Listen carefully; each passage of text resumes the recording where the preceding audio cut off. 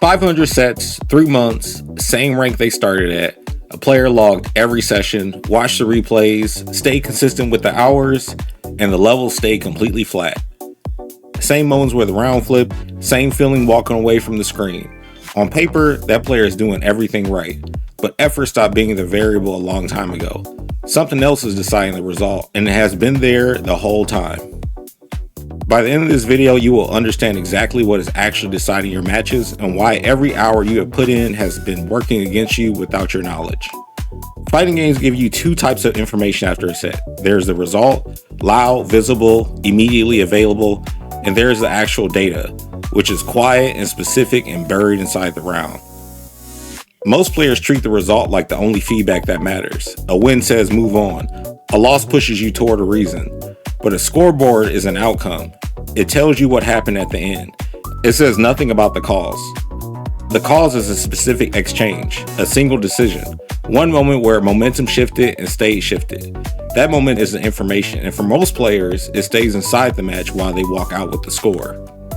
After a set ends on the wrong side, the brain moves fast. It wants resolution before the discomfort settles in, so it searches for an explanation, the connection, the matchup, something that felt cheap or random. The moment that explanation lands, something important stops. The analysis ends. The brain found a story and treated it like a lesson, but a story and a lesson are completely different things. A story makes the discomfort stop, a lesson makes you harder to beat.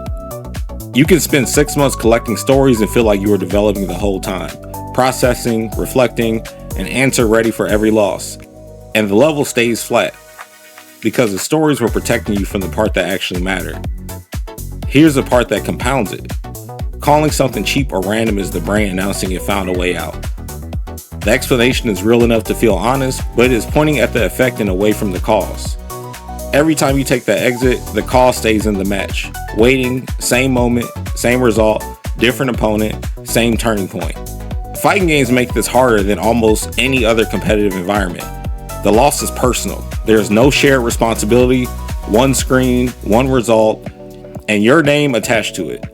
So instead of tracing the pressure back to a specific decision, you start treating the feeling like the data. You remember being overwhelmed. You remember the round changing pace faster than you could track. That feeling is real, but the feeling is the effect.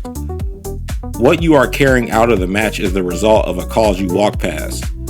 The online format makes all this easy to avoid confronting. The queue is always available. One set ends and the next one is a button press away. Players move on immediately and call the volume progress. The grind feels like development because the hours are real, but repetition and progress are two separate things. You can run 1,000 sets and come out more familiar with your own mistakes than when you started. The grind rewards the feeling of working. Growth requires something the grind alone cannot produce.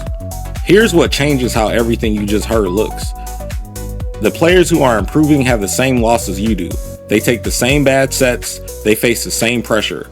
They are in the same online environment with the same queue available after every match. The difference is what they leave with, and watching them operate after a set, you would expect the gap to be something technical, something mechanical. It is simpler than that, and more specific than most people think to look for. Their signal is clean. Yours is carrying something that is working against you every time you queue up again, which means every set you have finished went into one of two columns, and only one of those columns is moving your development forward. This is what staying in the feedback gap looks like over time.